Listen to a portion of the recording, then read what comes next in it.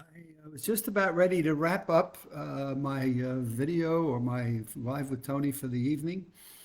I was at the 11-minute mark and ready to put it into end live video and save it. And my laptop just shut it down and said unable to save the video. So I'm going at this for a second time on February the 7th and Monday in the 5 o'clock hour. And we'll give it a go and see if I can do this a little bit quicker and shorten it so that I don't lose a second go at this. So much for technology and computers. In any case, why did we set the USA Memory Championship up? As I started to study about the human brain back in the late 80s and early 90s, I was amazed to see how many people didn't realize there were things that they could do to improve their memory. And we were beginning to see through technology the advancement of people worrying about Alzheimer's and dementia and cognitive impairment. And so the question that was in the research in the science world in that day and age was, is there anything we can do to minimize the impact of Alzheimer's? Is there anything we can do to help us to avoid doing it? Is there something we can do to build extra capacity in our brains? And the science world has just spent billions of dollars in doing this. It's like, what do we learn about Alzheimer's? Is there a pill that we can take? Is there some changes we can make in our life's behaviors that might help us to minimize our risk of ever getting a brain disease? Because one of the biggest things that you see and people worry about is their fear of losing their mental fitness, their mental capacity to be able to do things, recognize things, know where they're going, know who they're associated with, and not rely on people to do things that need their own thinking capacity.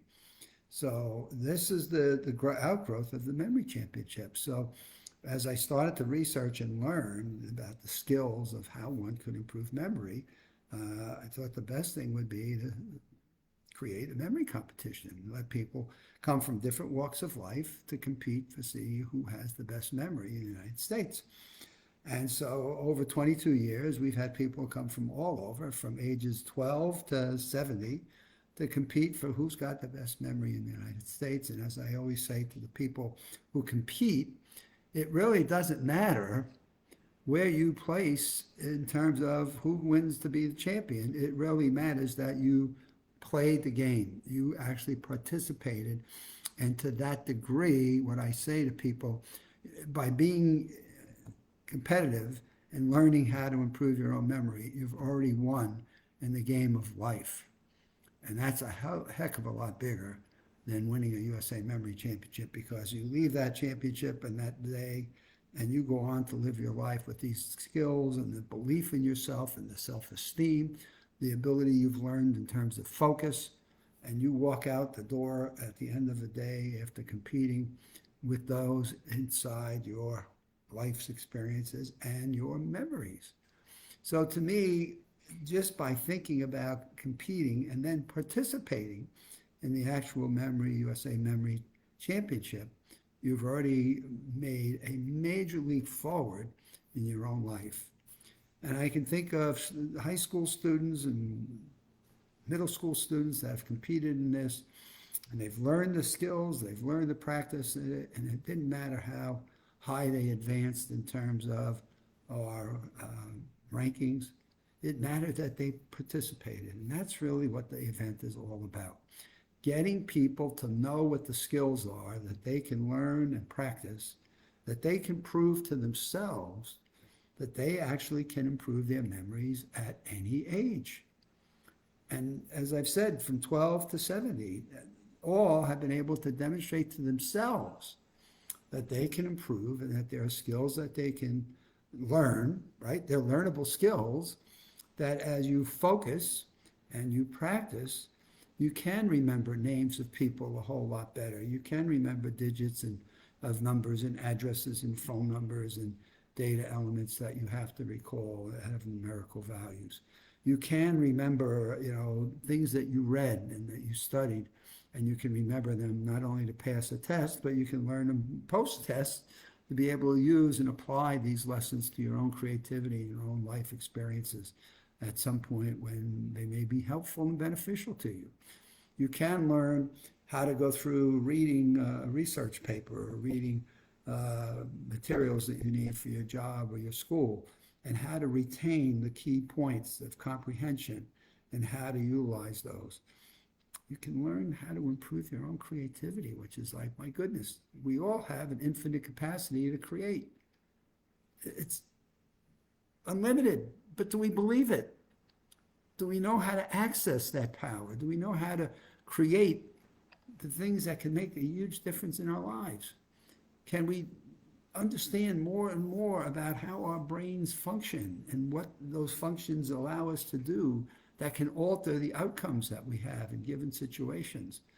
So these are the things that I've researched and studied over the years that I just welcome the opportunity to share with people. And my take is, if I can share one of these gems to each and every person that I come across that can then make a difference in their life, I can just make some small changes in what they do, then it was worth it.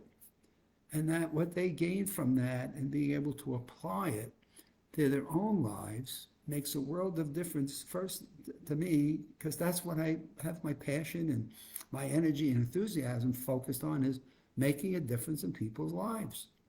And so if we can accomplish those things through a fun event like a memory championship, I welcome anybody that listens to my Live with Tony broadcast, either on Facebook or YouTube, to share these videos with people that just need that little extra boost, that little extra encouragement, that they can improve their memories and that there are functions and skills that they can learn. They can practice in those skills at their own pace and their own time. And they may decide they want to join the virtual memory championship we'll be doing on July the 30th. That will have a combination of fun, virtual games that are put out by the Memory League folks, as well as Lumosity. And from that, on July 30th, we'll call out and we'll pick up 12 people and we'll invite them to a live competition on October 1st, which will be held where we did last year, either here in Orlando, Florida on October 1st, or if COVID ever disappears and goes away, we may be doing it at Penn MIT in Cambridge, Massachusetts. But that's what our goal is to share with people and get the messaging out to school kids, to high school, college students, to professionals, to seniors. There are things that you can do to minimize the anxiety and the worry that you have as it relates to your memory. And as I said in my earlier broadcast that seems to have gotten deleted by Facebook, or down because of the technology or whatever happened that enabled it. But the fact of the matter is, there are skills that you can learn, and you can practice those skills if you just believe in yourself and give yourself the confidence to say, I can try this. I can give this a go. I have nothing to lose. And what a difference it makes on self-esteem and on your ability to focus, on your creative capacities, on how you relate and communicate with other people. So the benefits to this are just huge.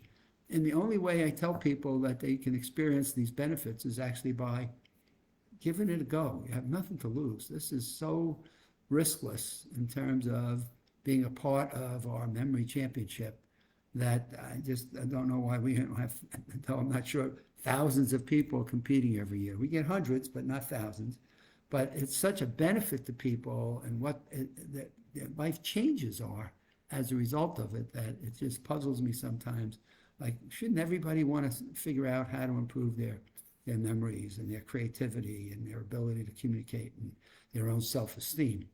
And my goal in this is to eliminate the term senior moment. As people are thinking about something and sometimes they forget it or lose focus and track of it, I want to eliminate the term senior moment in the course of the process. So with that, I'm going to try to keep my broadcast, since I've already lost an 11-minute broadcast this evening. I'm going to try to keep this one right now at about 9 minutes and 40 seconds, and I want to try to cut this one down right now so I don't lose a second one tonight. And with that, you have a good evening.